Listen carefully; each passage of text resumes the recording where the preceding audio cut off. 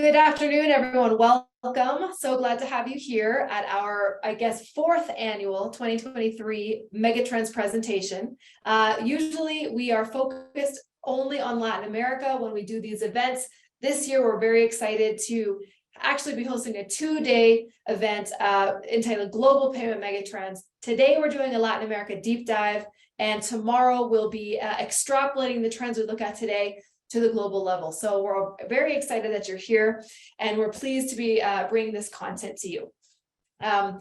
If we go on to the next slide, we'll get right into our introductions, and so you are all familiar with who we are and what we're going to be speaking about today. Our standard legal notice, please take note, and we can go ahead to the next slide. I want to formally introduce myself. My name is Lindsay Lear. I lead the payments practice at America's Market Intelligence.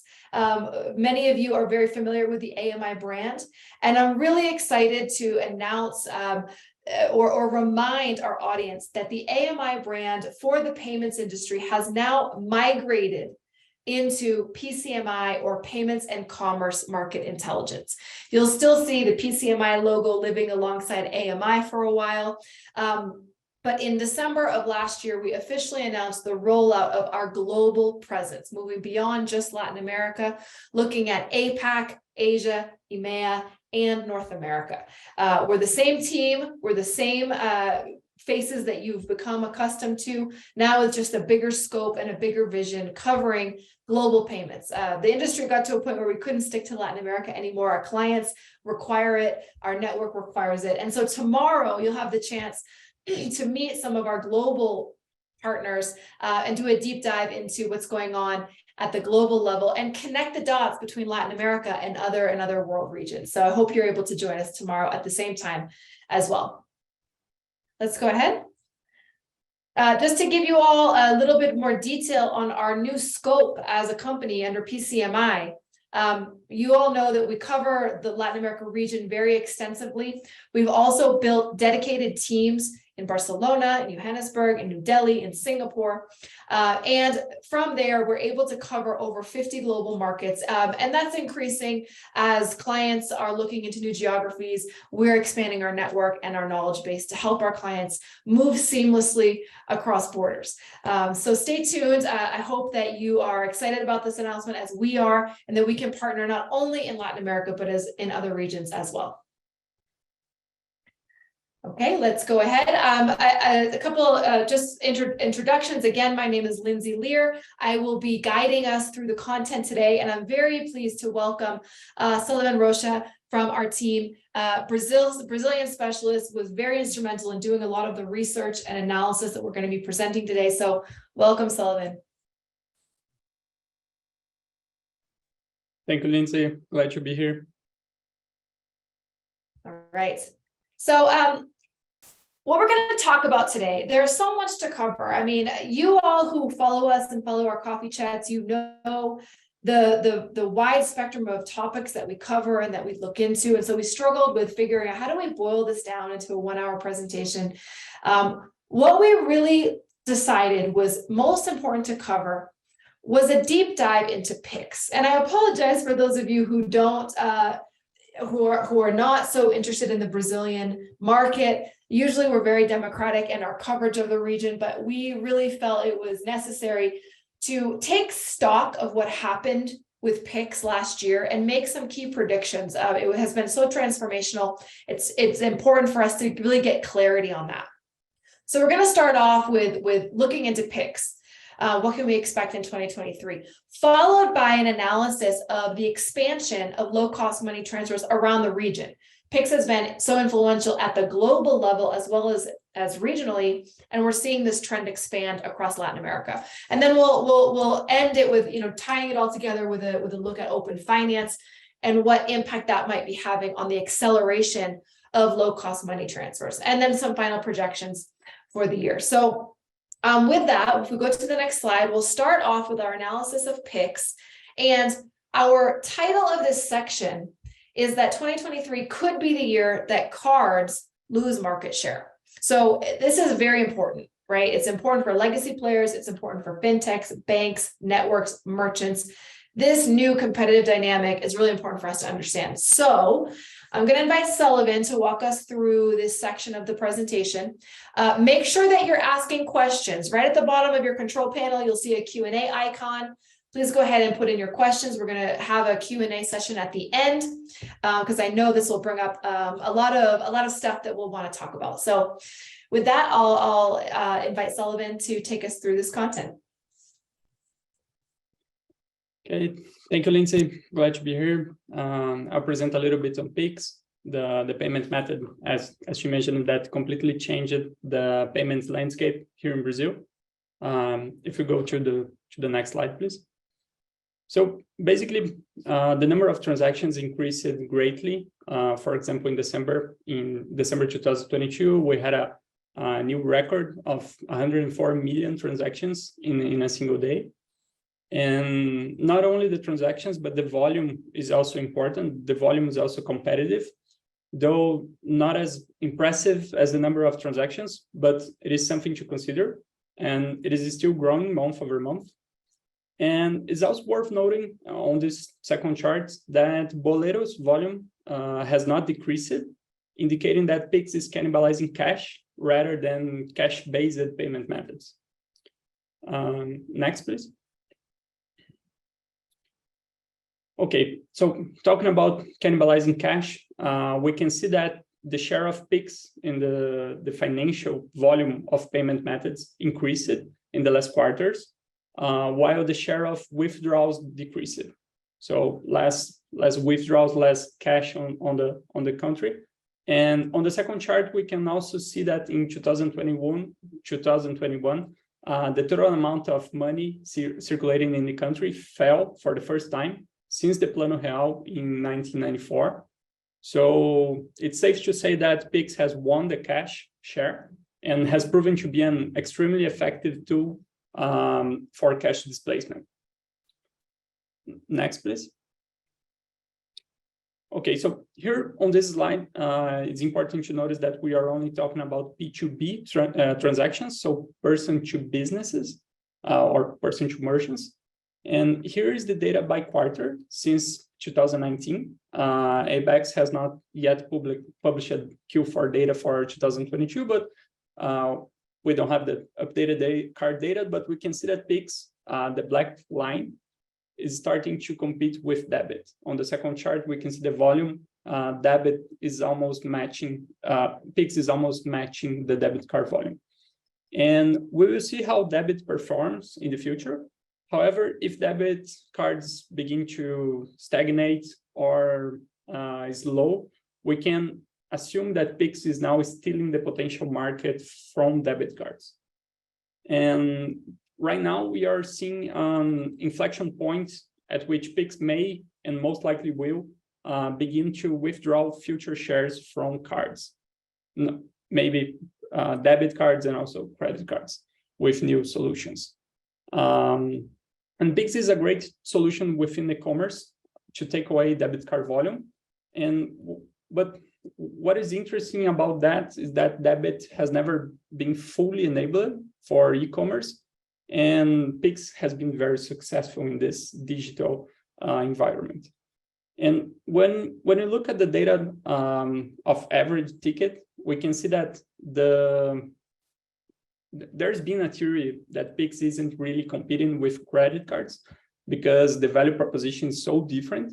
But what is also fascinating is that the average ticket of a Pix P2B transfer is more than twice of a credit card.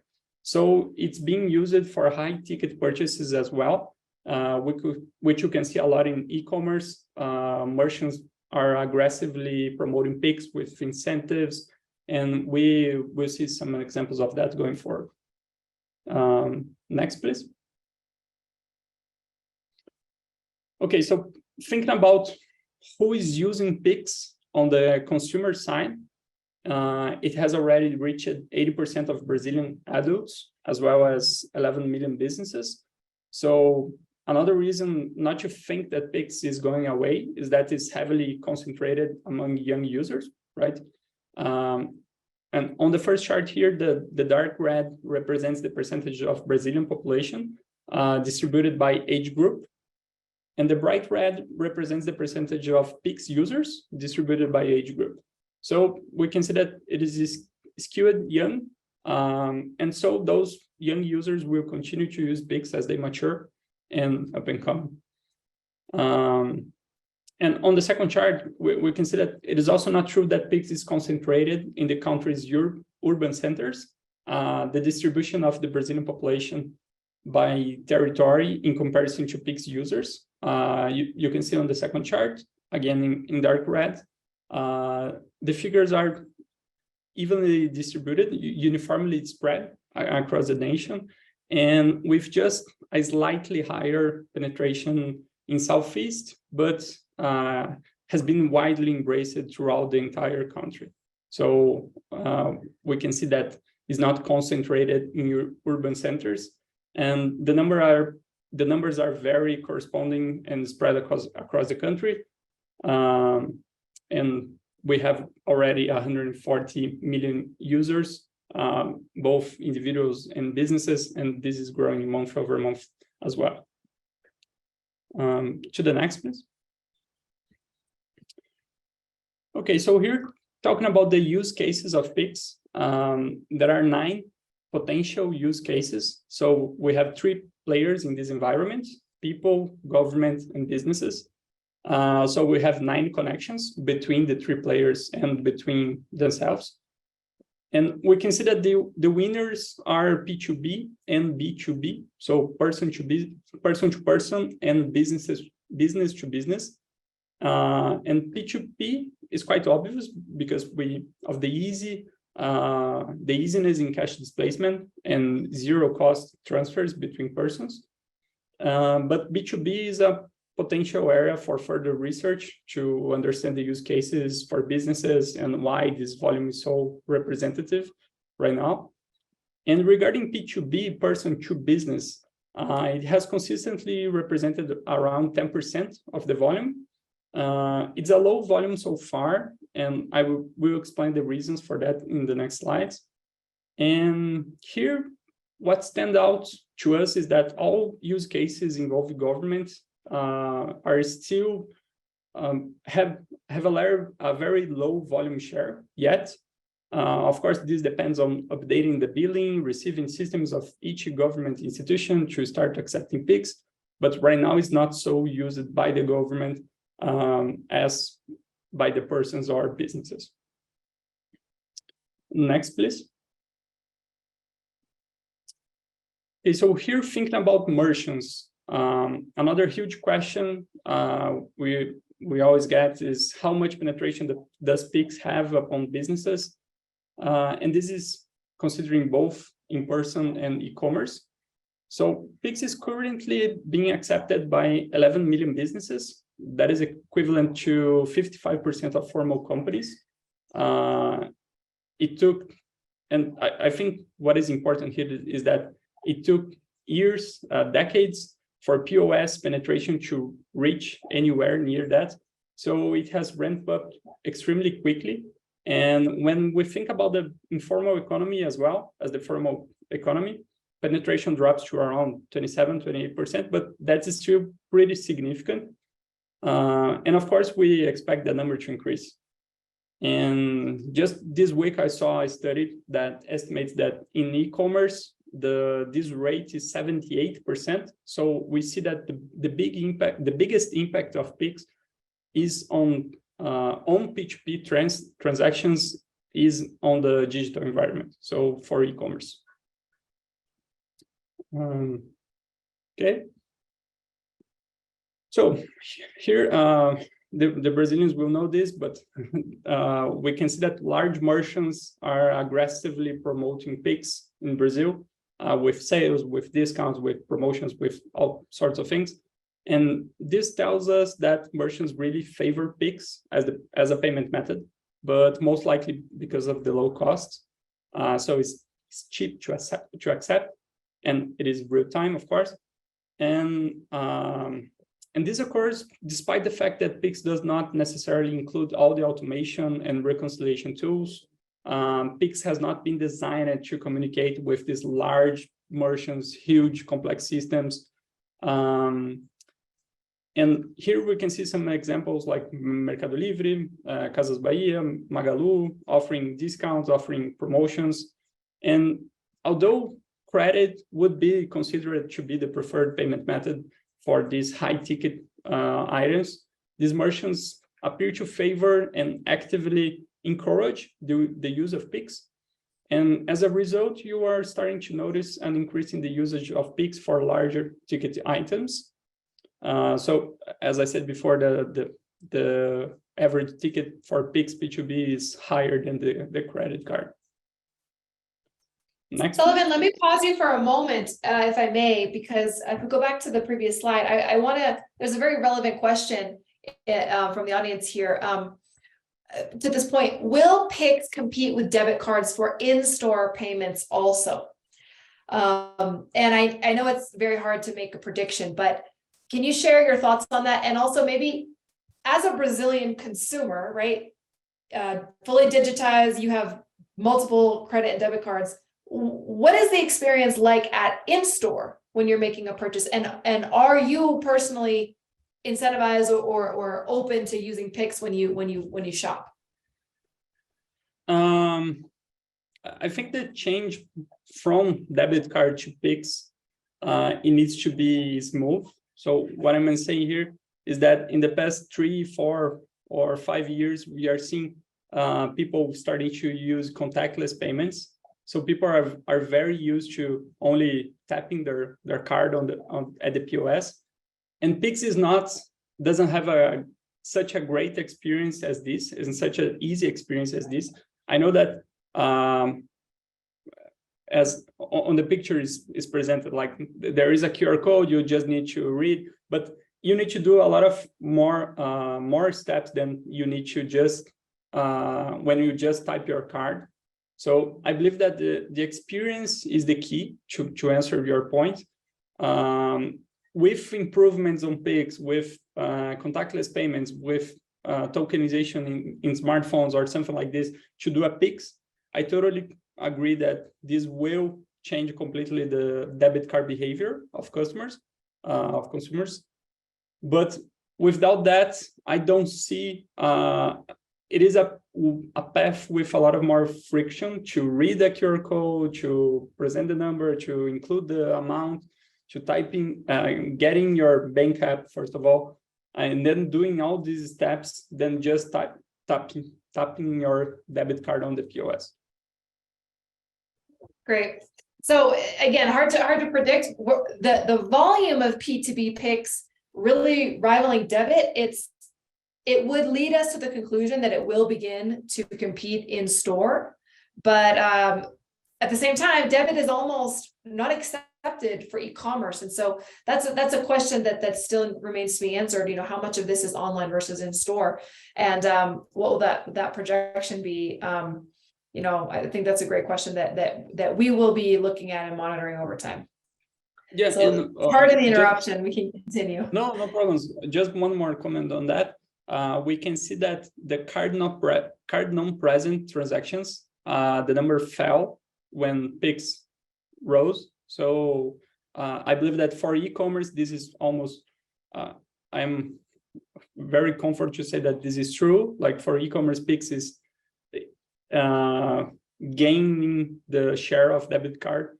But for present card, for in-store payments, I would say that this will still require some time and developments on the Pix front to the stores really offer Pix as a smooth payment as it is cards. Perfect. Okay. So we're getting a lot more questions. Thank you. Keep them coming. We're going to continue to address them at the end. Okay, so and there is reason to believe that merchant adoption will continue to grow based on the favorable pricing that they receive for offering Pix. And we are also seeing government mandates for Pix acceptance. So last month, this is a news from the last month, an agency from the Ministry of Mining and Energy issued a new rule requiring utility companies to accept PIX for payment of energy bills when the customer requests it.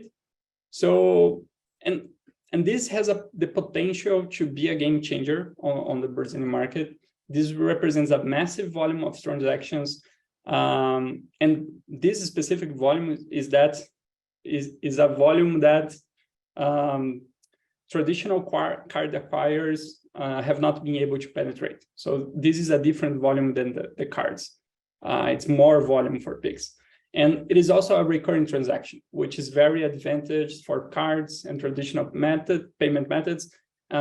And now it will be possible to pay with PIX, which may also have an impact on other public utilities, gas, telecom, internet, sanitation. So we can see that we can see a new trend here. Like this will impact the market this year, the following, but for sure we will see this change in the market. Next slide, please. Okay, so we expect PIX to continue growing based on the merchant factors that we just discussed. But there are other things happening within the central bank that may also continue to support the continued growth of PIX. And this slide has a lot of information. It's kind of technical, but I'm going to break it down.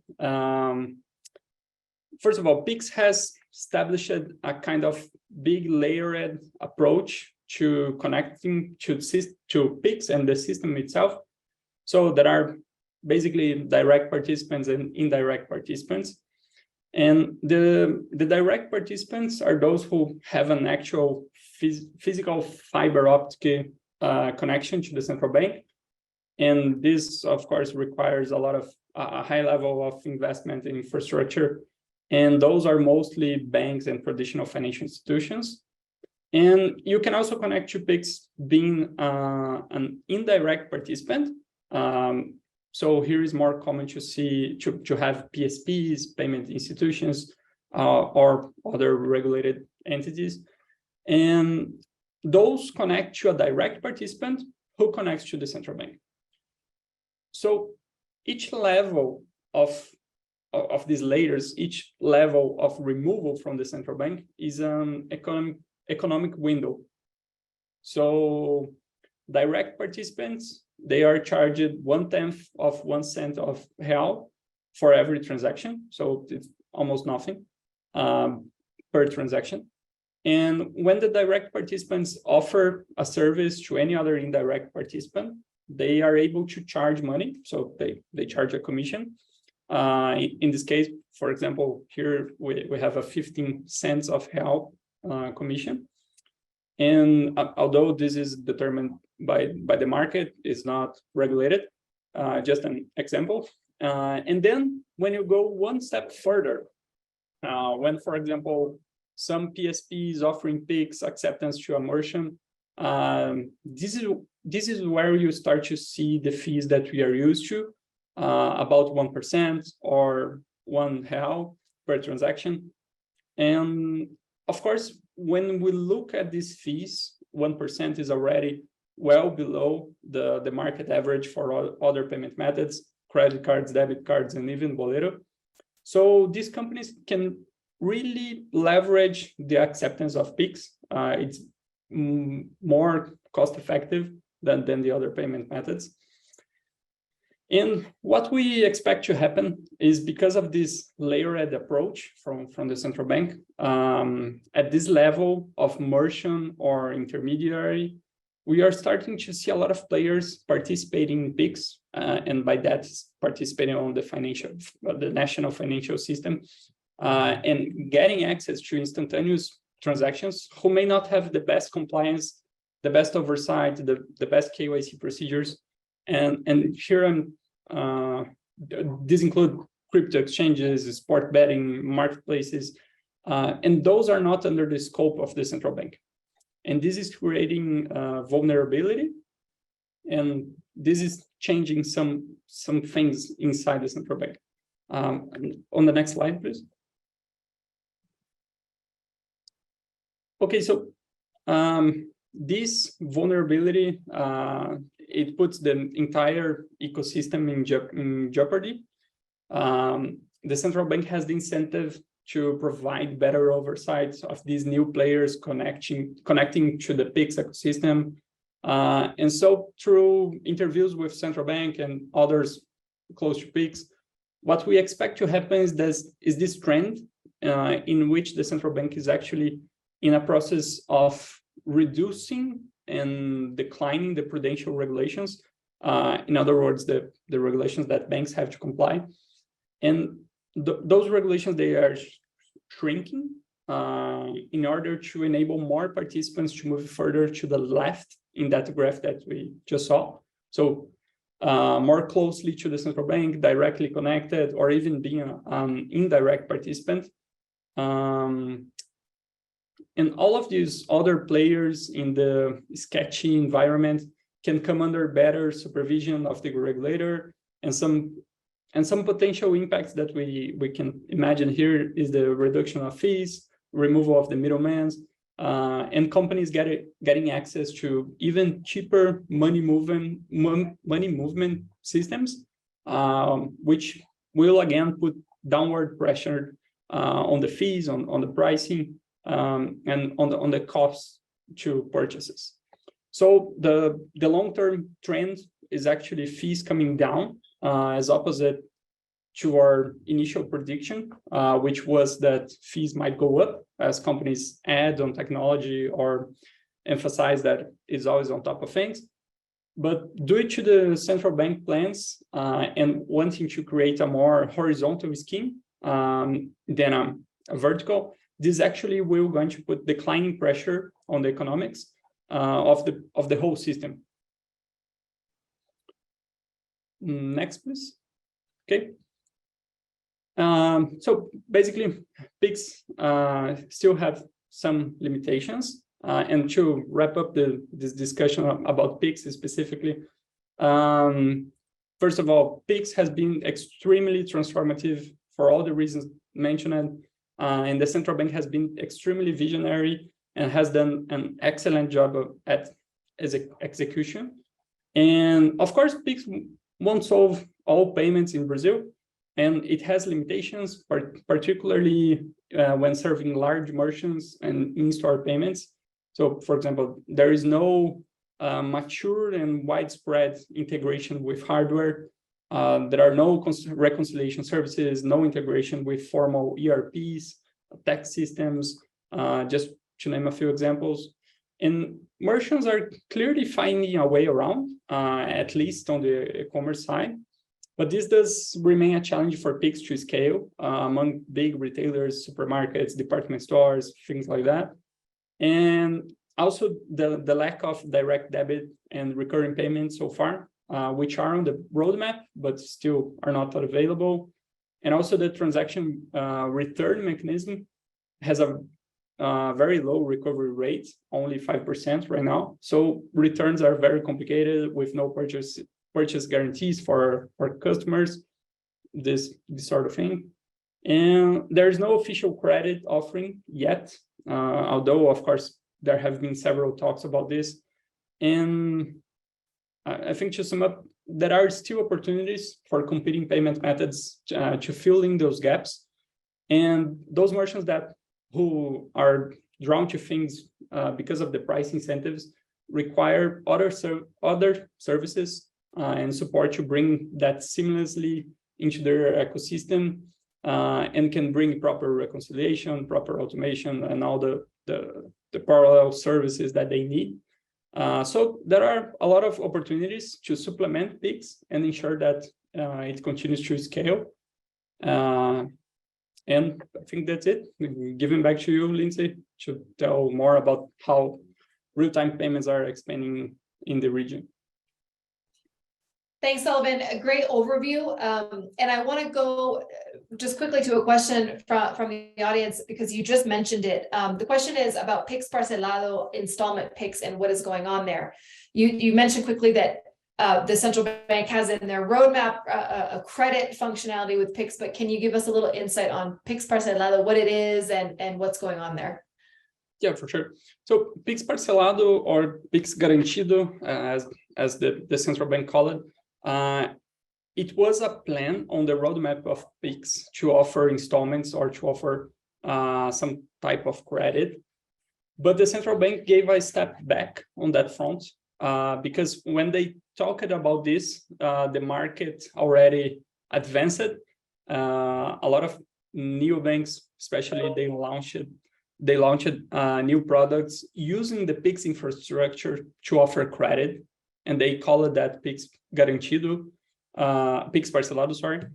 And when central banks saw that, they gave a step back. They are basically waiting to see the solutions that comes up in the market for them to develop something in the infrastructure of Pix, because Pix is an infrastructure system, and right now the banks are already offering this Pix Garantido or Pix Parcelado within the Pix infrastructure, but it is not an official product by the central bank. So central bank, again, as I said, they gave a step back on that to focus on security, to focus on the return mechanism, to focus on compliance and rules, and to get a good oversight of the system and to see the players. And they put this Pix Garantido official solution on hold a little bit because there are already players offering their own type of Pix Garantido as credit products and services. Perfect. So we can expect more innovation both from the private sector and the central bank enabling credit over Pix or credit via transfer. And this is definitely an opportunity that we see going forward. So thank you, Sullivan. Excellent overview. We've got a lot of great questions. And I want to just take a moment to address some recurring questions for those of you who may not be so familiar with Pix. Pix is one question that has come up a couple of times is, what's the settlement time? Pix is instantaneous. It's real-time payment. That's another reason why it's quite popular among merchants, is because they receive funds in real time, as opposed to having to wait 24 hours to settle with their acquirers. There's another very interesting question about acquirers, which we'll get to at the end. But that's another thing that makes Pix very appealing, instant settlement. The other question that has come up more than once is, do you need a bank account to access Pix? The answer is no. In fact, most people access Pix through a non-bank entity. As Sullivan showed on the slide, there's over 900 institutions affiliated with Pix, including banks, but also neobanks, digital banks, wallets, fintechs, merchants, and others. And so it's quite, I don't want to say easy, but becoming an institution with a license to hold customer accounts is not all that burdensome in in Brazil, as opposed to other markets. So you've had a lot of companies be able to integrate with Pix and offer accounts to consumers, and that's really helped expanded access to digital payments in general, promote financial inclusion. Now you do need an account, and you need to fund that account. Once you do that, you can use Pix for free if you're a consumer making payments. Okay, great. So thank you, Sullivan, and thank you for all the questions. Keep them coming. Let's move on as we go into our expansion of low-cost money transfers across the region. Pix has been so impactful at the global level. In fact, our recent analysis shows that in terms of volume, Pix actually exceeded in 2022 volumes of the other leading real-time payment scheme, UPI, in India, in terms of volume. So it's made waves globally, and of course here in the region in Latin America, where we see this trend spreading and accelerating. So if we go on, what we see is there are over 30 real-time payment schemes in development across the region. Now, of course, Pix is central bank led, but more than 20 of these schemes are coming from the private sector across the region. And we have a large variety. There's private and public partnerships, there's central bank initiatives, there's bank-led initiatives, there's fintechs and closed loop systems, a huge variety, and it's quite complex. So we're going to try to break it down. Of course, this requires a much deeper analysis in order to make predictions. But to give us an overview, we're going to look at what's going on in the rest of the region. Now, of these 30 payment schemes, they've pretty much learned the basic ingredients to making an instant payment scheme scale. Okay, we learned this lesson from Pix and watching other case studies, but those 4 ingredients include being free to send money, interoperable with other institutions, be available and instantaneous 24/7, and potentially most importantly, be mobile friendly. With these 4 ingredients, we find that this is what is the least common denominator for the success of a scheme. Now, it's not a guarantee that the scheme will succeed, but these are the 4 basic ingredients. And we've seen that mostly the region has learned this and implemented it. This graph here, the green countries are countries where the schemes in development have all 4 check marks on those ingredients. The dark gray, they have 3 out of 4. And so at the very out the gate, we see that we're starting with the basic ingredients needed for success in these markets. Okay, going ahead. Nevertheless, even though those basic lessons have been learned and implemented, the execution is really complex, and it's highly speculative whether or not other markets will experience the same level of success as Brazil. On this spectrum here, we have dark blue representing scale. So Brazil, the only other market that has really had a similar level of success is Costa Rica with their platform Simpe Móvil. We have some decent adoption in Argentina with Transferencias 3.0, although it has not yet really taken off at the level of Pix has. We have schemes launched and pretty much stagnated or declined in Mexico, for example. We have RTP schemes announced. And when I say RTP schemes announced, I'm talking about central bank-led initiatives or bank consortium initiatives. Private schemes are a different animal, and we're going to talk about that in a moment. But we have RTP schemes announced in Peru and Colombia, as well as elsewhere. And then in other countries, we have interbanking and ACH, but they haven't quite achieved those 4 basic ingredients yet. So a huge wide range of both opportunity and risk here, depending on who you are in the ecosystem. We do expect Peru and Colombia to be the biggest contenders in potentially replicating Pix in the near term. Going on to the next. We get asked this question all the time. Why has Pix succeeded and others not? And the first comparison that people make is Pix and CODI, the QR code, instant free QR code scheme based on SPAY in Mexico. CODI was launched with a lot of fanfare and a lot of press attention and just failed to scale. And now you barely hear about it. So why did Pix succeed and CODI did not? These are what we've identified as 7 top factors to answer that question. Banks being involved in the scheme design process. All right, so an inclusive process to design and implement the scheme. A regulated UX, meaning the central bank mandated how people were going to access Pix, what the flow is going to be like, no matter what institution was offering it, so consumers could really learn and that could scale easily. That did not happen in CODI, where banks buried access to CODI under many screens and didn't necessarily make it accessible. Required adoption by financial institutions of a certain size. Another very important factor is in Pix, non-banks, including fintechs, wallets, and many others, were allowed to participate. This was different in CODI, where only regulated banks could connect to SPAY and participate in the scheme. Free to send money. The other one that's very influential is the ability for acquirers and PSPs to charge a fee to merchants who are accepting Pix as a payment.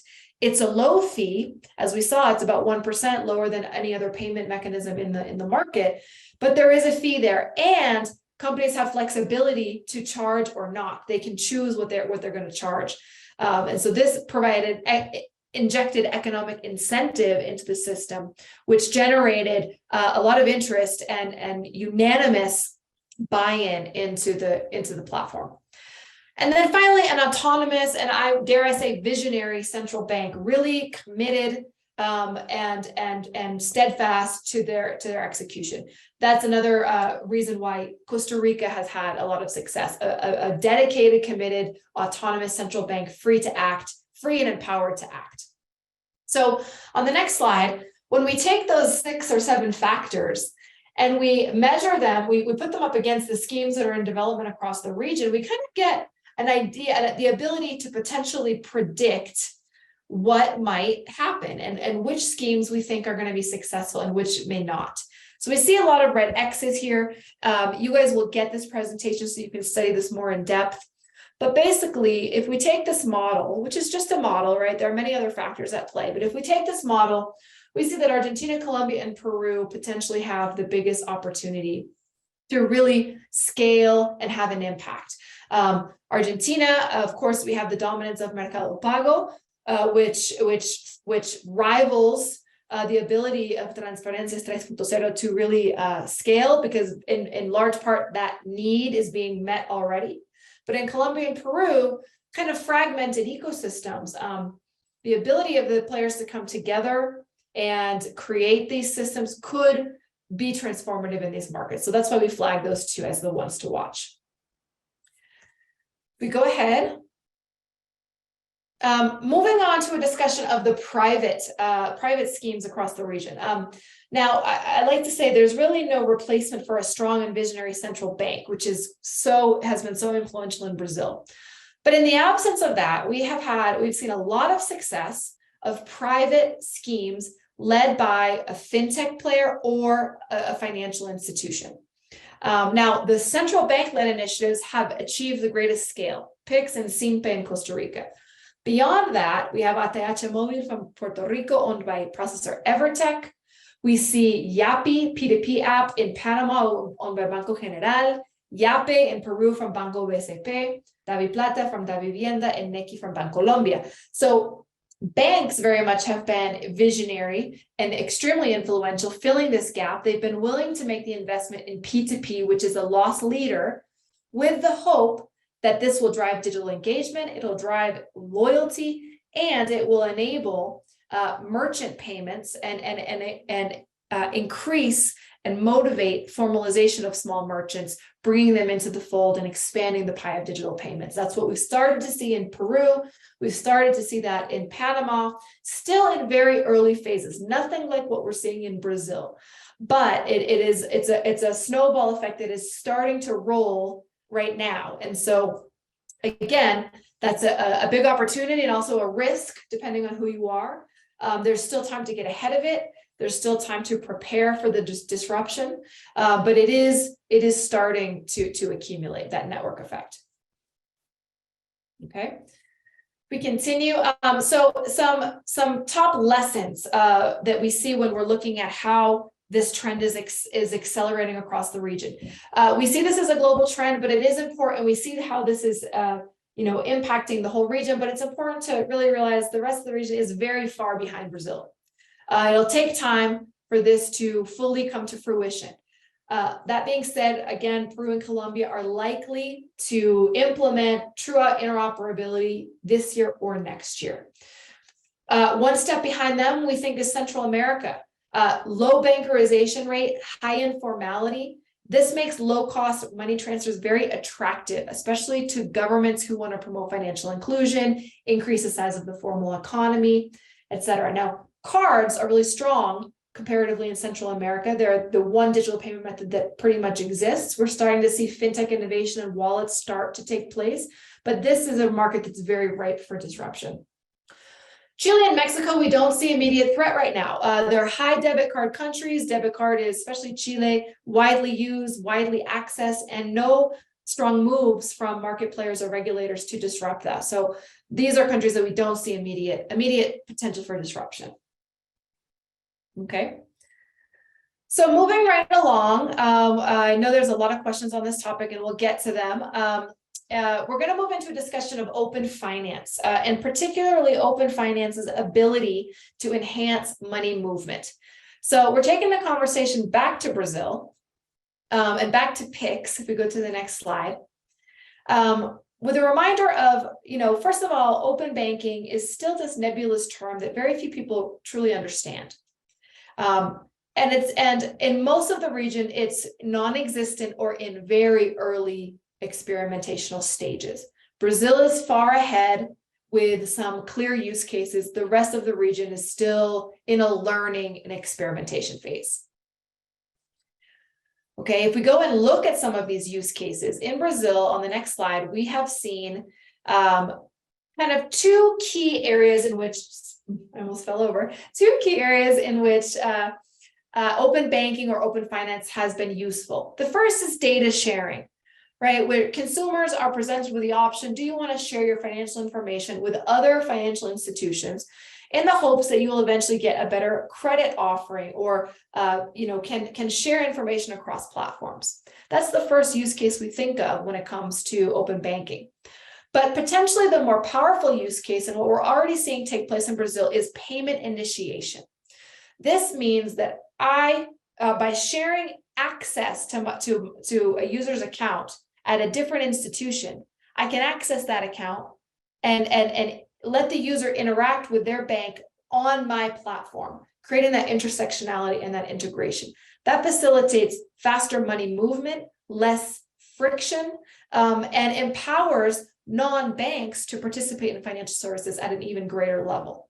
So to look at the Pix example, if we go to the next slide, Pix the Central Bank of Brazil has enabled a specific license for payment initiation. If you're Brazilian, you know that in a Pix purchase, the typical flow is I'm on the merchant's website, I select Pix as a payment method, I'm given a code, I have to copy that code, I have to exit the merchant website, I have to go to my online banking, put in the code, authorize the transaction, go back to the merchant website for the transaction to be processed, okay? It's not the best experience, a lot of friction in that experience. Now, that hasn't stopped Brazilian consumers from adopting this and using this and going forward with Pix. In fact, Pix has been very successful, as we've seen. But with payment initiation, that takes that redirect out of the equation and makes money movement even faster and more seamless, okay? And if we go to the next slide, when we look at the players who have been approved to be payment initiators, we see a lot of traditional financial institutions on the list of payment initiators, but we also see these platforms and fintechs and neobanks who essentially what you're able to do, if I'm in the Mercado Pago wallet, through payment initiation and open banking, I can bring money from another bank into my wallet without ever leaving the Mercado Pago environment. If I Banco Inter or PicPay, I can fund my wallet without ever leaving my PicPay environment. So it evens the playing field a little bit and creates swifter, more seamless money movement across institutions that enables a lot more opportunities for commerce going forward. This is still new and those use cases haven't necessarily been consolidated, but it creates the potential for any company to become involved in financial services and be a money sender, even if they're not holding the deposit themselves. It's a very exciting potential. And we'll look more into open banking tomorrow when we talk about the international stage in Europe, which has really been a leader in this space. We're starting to see really interesting use cases here in Brazil. Okay. So I know this has kind of been fast. We've charged you with a lot of content and we've really focused on Pix and money transfers. What I want to just in the last couple of minutes here is touch on what this means, a couple other trends for the payments industry overall. So on the next slide, we see that the reality is globally and in Latin America, there has never been more downward pressure on fees charged to merchants. This is great for merchants. Merchants have been paying 3, 5, 6, 7, 8% to accept payments for decades. For the first time, they have access to a low-cost payment method. What is this doing? It's reorganizing the competitive landscape and forcing companies to realize taking a commission off transactions may not be the best or the only way to make money in this environment. So this is really forcing acquirers to be innovative and look for new for new opportunities. Same with card networks. It's placing a premium on increased importance on value-added services and what else can I do to add value to my merchant to encourage them to use a payment method that has technology and innovation built in. So it's challenging the competitive environment like never before and really putting a lot of power in the merchant's hands, just like what's happened in the consumer world. It's now starting to happen for merchants. Okay. Similarly, what a trend that this will start to cause is with the economics. Basically, what we're seeing is a deterioration of the economics within the payments industry, specifically Brazil, and then starting to echo outward. With these economics deteriorating, we already are and will see increased investment flowing to cross-border payments, which are still very lucrative. It's a value-added transaction that has a higher cost, it has higher value to the user most usually, and we're seeing a lot of investment from all different types of companies trying to solve for and improve cross-border transactions, and there's still a lot of money to be made there. Okay, if we continue. Now, we all have experienced a little bit of a fintech crash. Crash is a dramatic word, but we're seeing a contraction of venture capital. We're seeing layoffs across the world. We're seeing it become more competitive. And with this phenomenon, we believe that banks have a new window of opportunity to lead digitally. Banks played catch up, massive catch up in the past couple of years with their digital platforms, and now can really compete with some of the neobanks and fintechs. And so we expect banks to be increasingly aggressive in the digital space and even investing more in white label digital solutions, working with providers to enhance their capabilities and even move into banking as a service themselves. And so we're going to see a little bit of a rearrangement of the fintech space in the region. And on the next slide, when we looking at fintechs, because of the declining economics, because of the crowding in the market, we probably are not going to see new fintechs serving consumers. There's already a huge supply of fintechs, wallets, and banks and we've seen that it's really difficult to make money.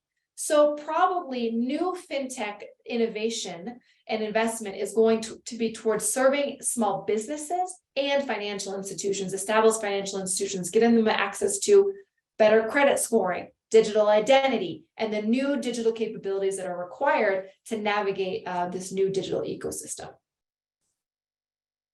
Okay. All right. So after those, looking at those trends, looking at what we've discussed today, kind of some major takeaways. Because of what's going on, we really see that companies need to specialize. All right. Payments are gravitating and evolving towards becoming a commodity, right? A highway. And so 2023 and beyond is really about matching payment experiences to specific use cases. Where is a credit card have competitive advantage? What about a debit card? What about a contactless transaction? What about an M-Post transaction? What about a QR or a PDP or a PIX transaction? What are the best payment experiences for your payment method? And we're going to start to see a channeling of payment experiments to specific use cases. Okay, to that end, verticalized solutions will be most competitive. Digital payments are now massively accessible. And so we now have to start competing in more niche areas, right? A hair salon has very different needs than a large department store, than a gaming platform. So we're going to see payment service providers and acquirers increasingly improve their vertical specialization and see a market rearrangement according to verticals. Moving to transaction-based business models, bundling services for merchants is going to be increasingly important instead of simply taking a commission on a transaction. And Open finance and instant transfers are reorganizing the players in the ecosystem. Who is going to play in this ecosystem? It's very hard to predict in the next couple of years. Probably the landscape's going to look very different than it does today. And then finally, we're really starting to see, this goes to someone's question that I love, new acquiring models are really needed to adapt to a low-cost money transfer reality. Acquirers are getting squeezed out of certain use cases and verticals, and they're going to be forced to reassess and figure out what their strategy is going forward. So those are just some risks and opportunities that we see. It's really time to re-engage the affluent, re-engage large merchants who are dominating in terms of payment volume, making sure that in this competitive environment, you hold on to your best customers.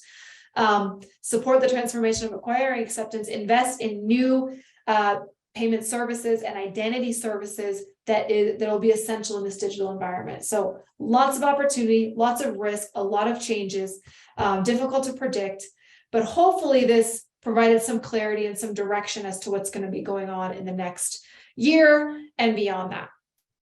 So on that note, I know we have a lot of questions. We're about to get to them. I want to launch a poll because I want you guys to let us know, how can we serve you with this information? It's a very hard to predict environment. We want to know how you want to engage with us, how we can help you. So please let us know, how would you like to engage with us following this session? Are you interested in a paid market intelligence engagement that you already have a project in mind or a research project that you want to know about? Let us know. Do you want to have a consultation with myself or another practice leader at AMI to just deep dive and ask any questions about these topics? Maybe now is not the right time. You'd like for us to contact you later, maybe in Q2 at the end of the quarter. You'd like to make an introduction to someone on your team, or nothing right now. We'll just continue to be in touch through this type of session. Please take a moment to answer that poll and we'll follow up accordingly. We know how this information is dense and we want to help you make sense of it and deepen it where it's necessary for you. Okay. We'll just give it about 5 more seconds. Please take a moment to answer that poll. Great, thank you everyone. We can wrap that up and we'll follow up with you guys as needed. And so at this point, we can go to the next slide. A very quick promo for our coffee chats. Many of you have been asking us, when are you starting your coffee chats? They're officially launching February 27th.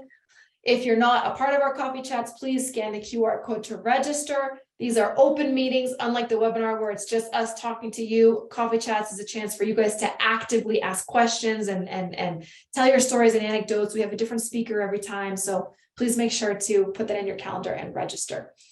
And so at this time, we're just about out of time. For those of you who can stay on, we're going to move on to our Q&A.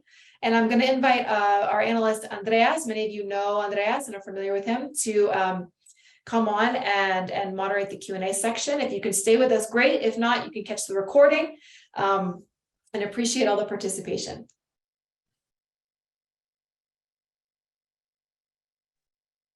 Awesome. Thank you, Lindsay. And hi, everyone. It's great to be here. Looking forward to moderating these next couple of questions. The first question I want to bring up is towards Sullivan. And so how do you see Pix being impacted by the recent election of Lula, as well as the turmoil at the central bank? Okay, thank you, Andres. Well, one potential risk that I see is the friction between the central bank and the government. Just to be clear to everybody, I saw on the Q&A, Pix was developed by the Central Bank of Brazil. So it is the regulator of all the financial system in Brazil, and they developed Pix. And right now, there is friction between the central bank and the new government, not because of Pix, because of they are fighting on the interest rates. That is also a responsibility of the central bank.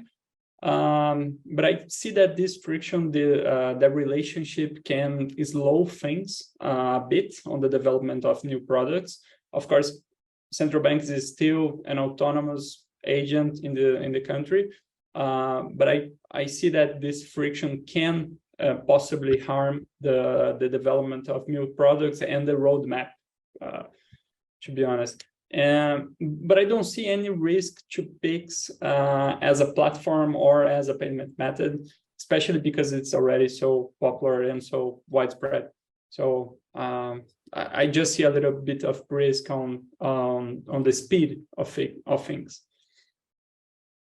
Awesome. Thank you, Sullivan. And so here we have a lot of questions from the audience, further diving into Pix.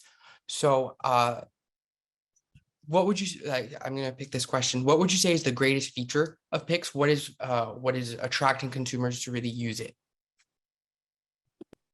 I would say that, of course, the user experience.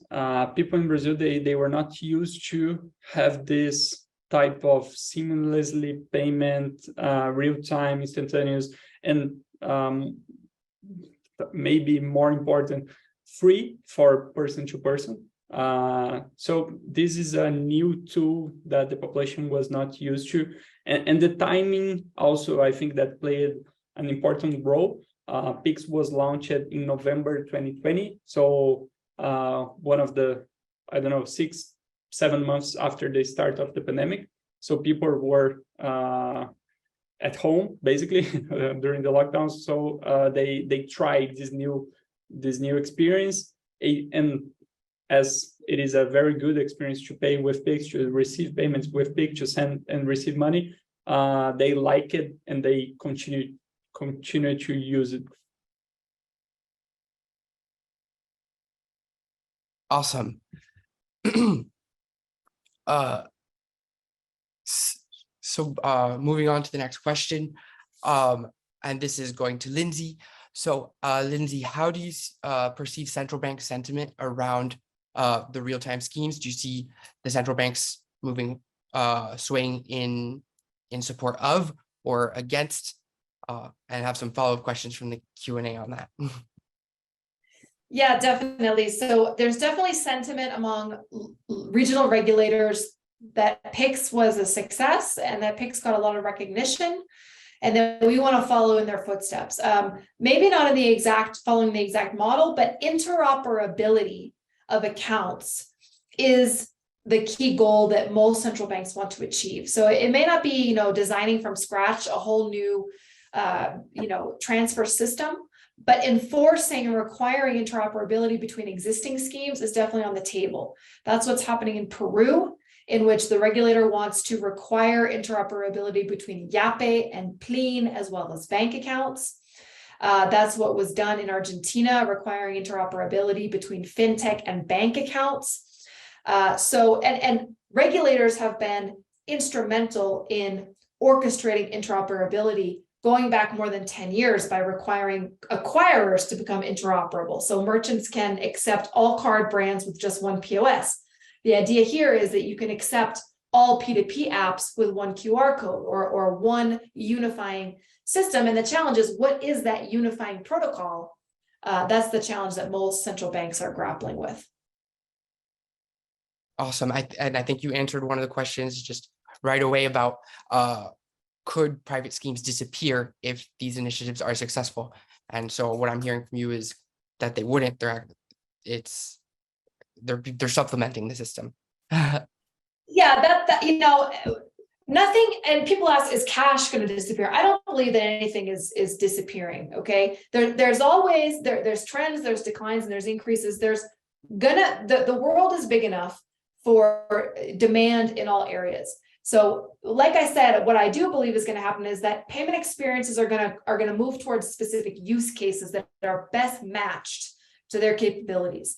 Now, PicPay in Brazil prior to Pix was a closed loop app that was an ecosystem that you had to have a PicPay account to access. Now with Pix, PicPay is now integrated with the rest of the financial system. They're not going away. They've been enhanced. Some people may argue with this, but they've been enhanced by Pix because now they're integrated with the wider. They've also lost some competitive advantage, but they're integrated with the wider ecosystem. Awesome. And on that note, I think this is a relevant question for both of you. What have been the responses from the major card brands for both, the real-time payments that you're looking at, Lindsay, and then Pix for Sullivan? Well, great question. Now, I would say the biggest response, Visa and MasterCard both have known that this trend was coming, and they have been both getting ahead of it in many ways.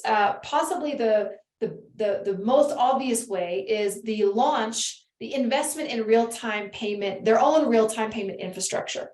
So both of them have products that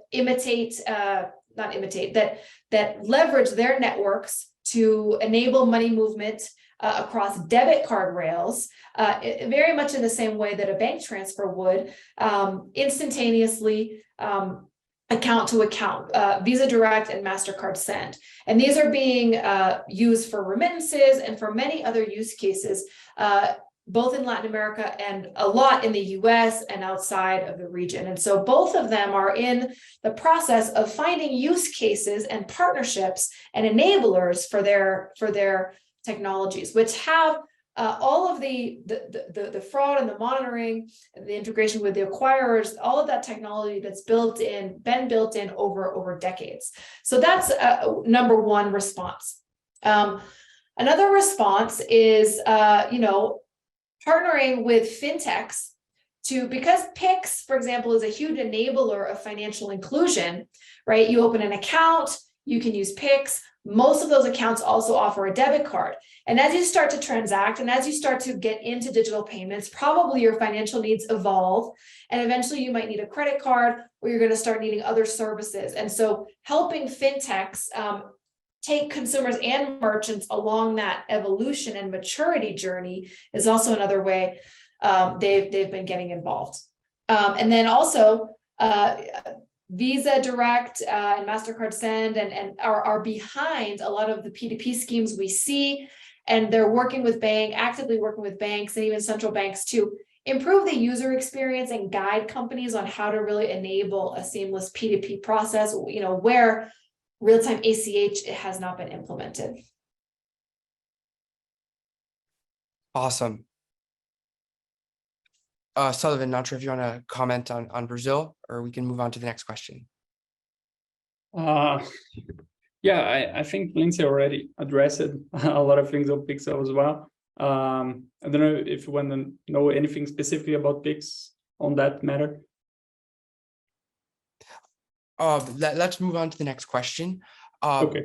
So earlier you guys had talked about the case of Mexico and CODI not having taken off there, and gave some framework around why Pix was successful. Do you believe that CODI is dead in Mexico? Could this still be a threat? Great question. Guille, great question. Do I think CODI is dead? For the time being, I really do think it's dead. I haven't seen or heard any news about CODI. I haven't heard about any investment or plans from the central bank to try to evolve CODI. When you talk to Mexican consumers and merchants, CODI's like, no, I don't, it doesn't, no existe. Does it have potential? Absolutely. I mean, Mexico has one of the most advanced real-time payment ACH schemes in the world with SPAY. It just hasn't been very good at marketing itself, and it hasn't been good at translating that to a user experience that consumers and merchants can easily use.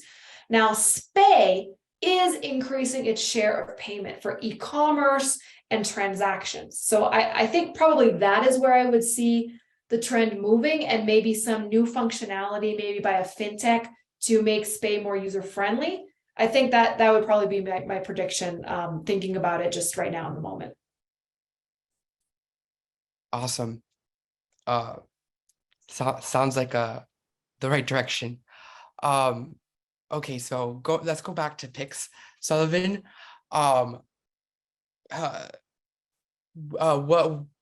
what has been Pix's latest approach regarding cross-border payments, and how is that developing?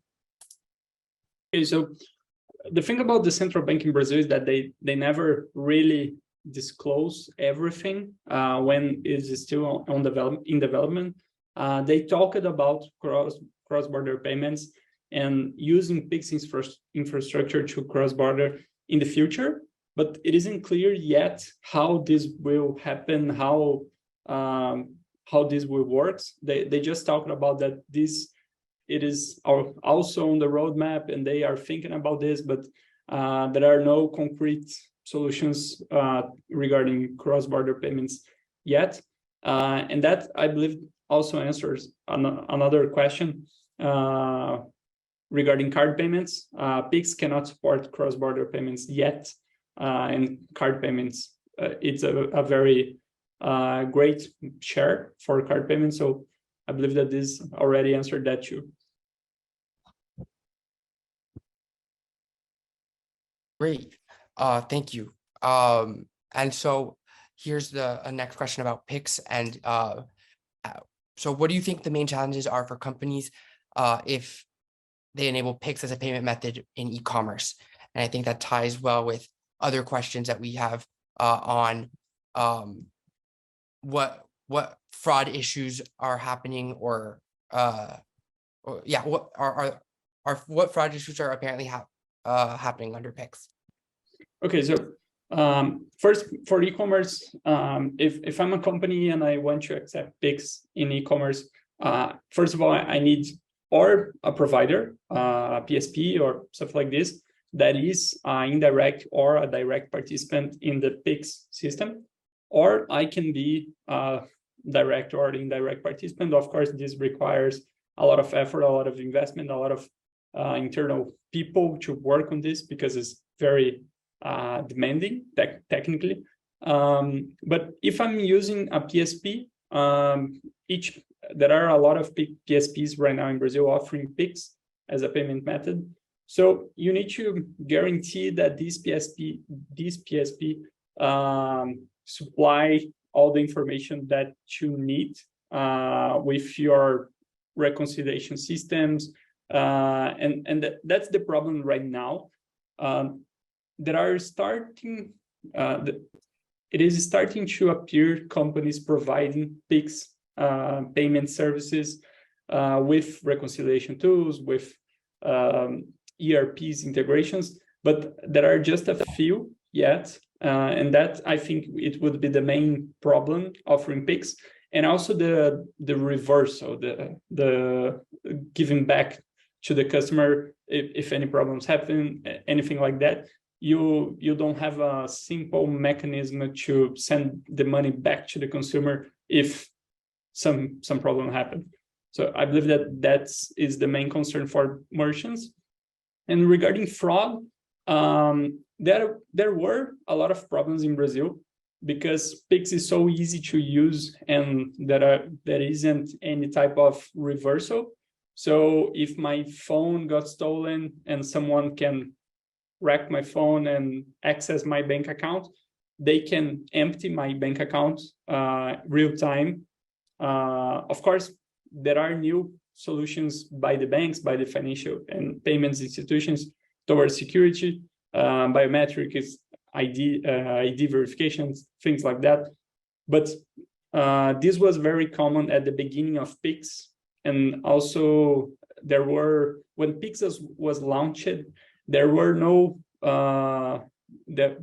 a very good security layer from the banks towards Pix.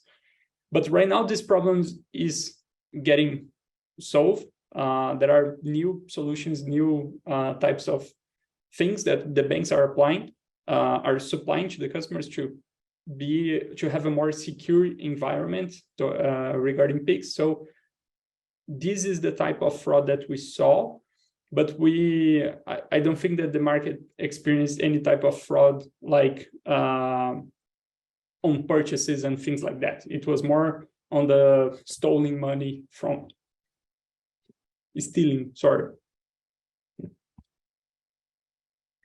Great. Well, thank you, Sullivan. And Lindsay, I think a fascinating question came in, and I'd love to hear your opinion on this. So how do you see buy now, pay later and interoperability going forward? Yeah, we didn't really talk about credit that much, buy now, pay later, but great question. So buy now, pay later, I assume, buy now, pay later kind of has been around for a long time in Latin America through credit card installments, but I assume you're asking about buy now, pay later fintechs, right? Who are out offering non-card based installments. Now, their huge challenge is interoperability. They're not interoperable, and that requires them to, their biggest challenge is accessing merchants. And so going merchant by merchant by merchant, trying to onboard them.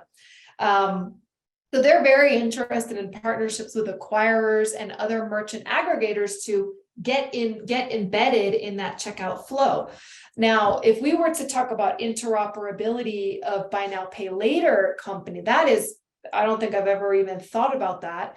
If I have a Klarna account and I can shop at a merchant that has Addy or something like that, I don't, that would be quite complex. It would require a big regulatory push to homologate is the word I was thinking in Spanish. Those processes, but it could really help accelerate buy now, pay later and access to credit. And really that's what Pix Garantido will do if and when it's enabled, right? Through any Pix transaction, I can finance it according to my whoever is the holder of my account. So that would be the competition to that there. And buy now, pay later might have a lot of a steep competitive curve to climb there if and when that gets launched. Interesting hypotheses. Thank you, Lindsay. Here's another latest question we got. So what is the largest threat undermining cross-border transactions? We don't see that with Pix, but what are your thoughts? Right. Hi, Pedro. Good. Thanks for the question. I don't know that there is anything undermining cross-border transactions other than the status quo. Cross-border transactions are still very highly concentrated among a few players who charge high fees. The World Bank, I think it's the World Bank came out and said, look, we want it to be a global standard that remittances are charged no more than 3%. And the average fee, even in the US to Mexico corridor, one of the biggest corridors in the world, is 5% or more. So friction, long wait times, high fees, fragmentation, poor user experience, those are all currently undermining cross-border payments. But it's as I said, more and more investment is flowing into both remittances, B2B, payouts. So that nut is getting cracked slowly but surely.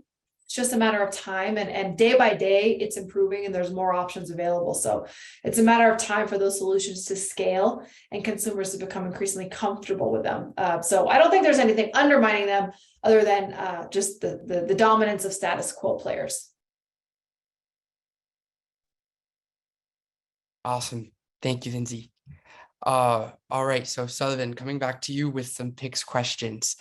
So talking about acquires, which we briefly mentioned.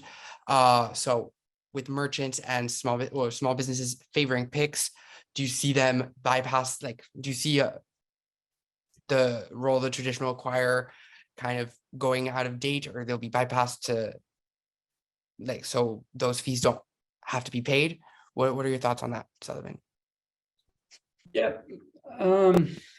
It's more cost effective to offer Pix as a direct type of payment, but there are acquirers already offering just a few. This is not widespread as card payments, but for example, there are some acquirers on the POS. The merchant can generate the QR code and receive for that transaction using Pix. But on the POS that you generally use for card payments. So the acquirers, they already saw Pix movement of cards, and they know about the importance of this payment method. So they are trying to update their hardwares and their systems to also offer this type of payment. But of course, that I believe that this is more on the consumer behavior side, how the consumers will react to this type of new payment.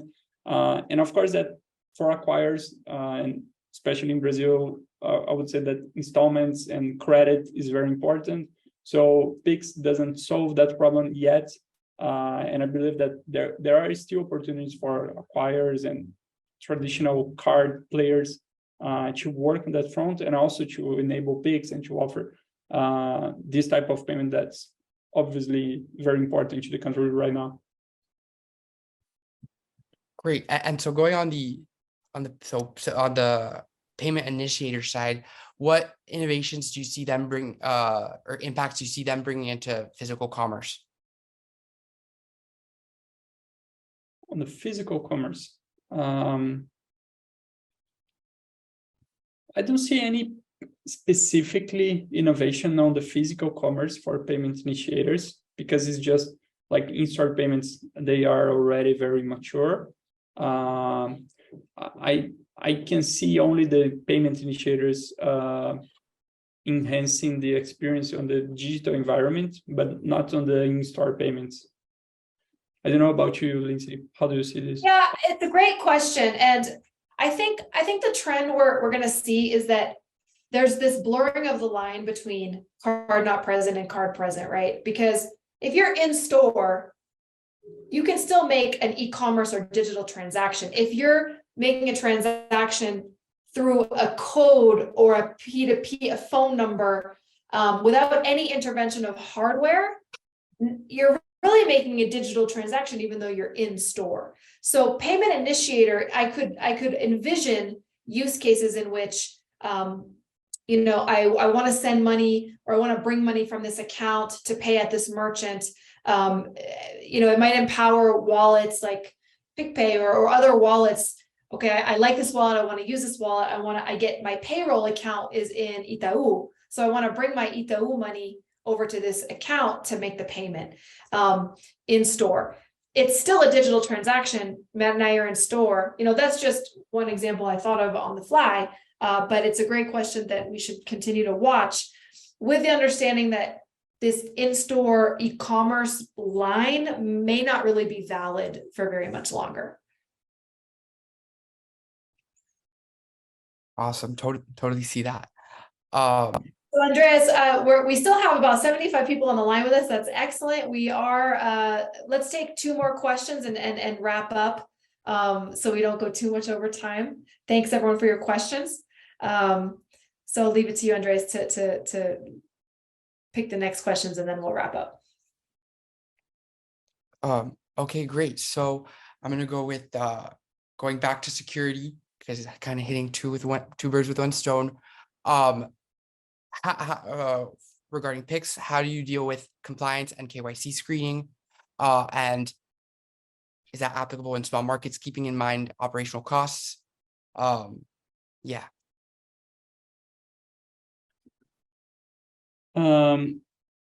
I think that I don't know if I understood right, Andres. KYC and compliance procedures regarding central bank or the customers? I don't know if it is. So I believe it's it's not quite clear, right? How do you deal with compliance and KYC screening? So in an environment where you can onboard digitally and start to send money instantly, it's important to have strong KYC. But you also can't have too strong KYC, because now you've ruined the frictionless experience that was intended to be created. So it's definitely a give and take scenario. We're seeing a lot of innovation in digital identity and very light, frictionless, easy KYC processes.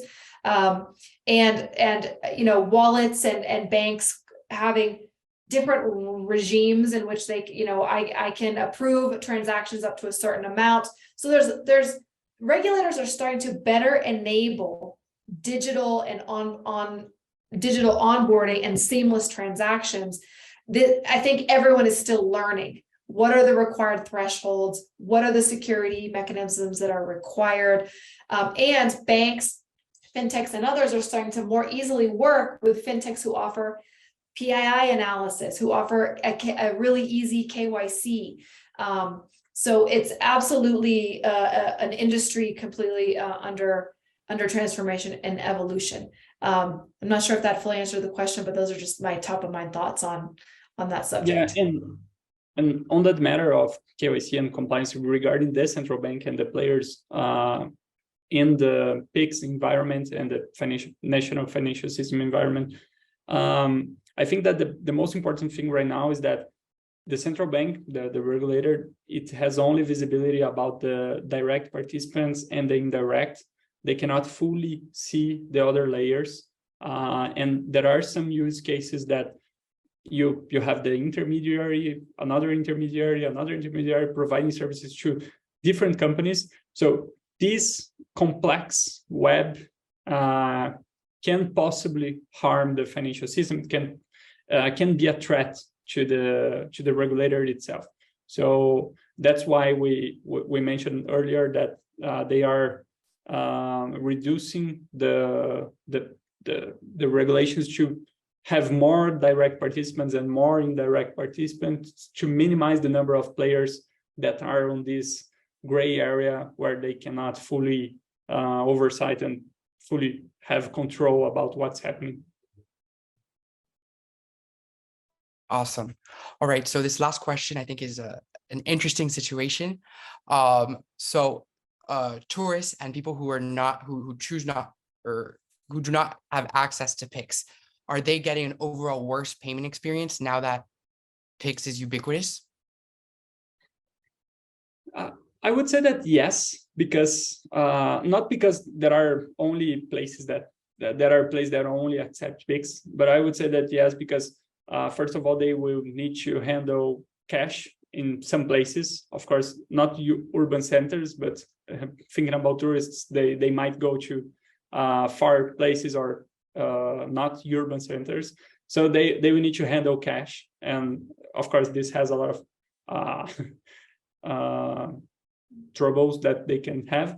And also they cannot fully, they cannot fully understand how the payments are for Brazilians, and they cannot have discounts and promotions that are very common on PIX right now. So I would say that yes, but not like you still can come to Brazil and enjoy, but you have a different experience than Brazilians, for sure. That's a great question. I love that question. Mostly when you travel internationally, you count on your cards or cash. Most countries don't yet have a dominant local scheme that tourists don't have access to. So it's a very interesting question. Thanks for that. Thanks, Sullivan. Yeah. All right. Well, thank you. Excellent session, guys. Really appreciate you hanging in there for the Q&A.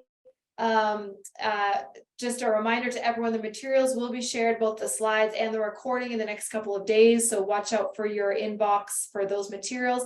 And please join us tomorrow, same time, same registration link. You don't have to re-register. We'll be talking about these same trends, but at the global level. So that'll be really interesting. We're going to be making connections back to Latin America, and you'll get an even more flavor for how these things are evolving in Latin America and beyond. So excited to see you all there. Thank you, guys. Looking forward to talking more in depth, and we'll see you soon. Appreciate you.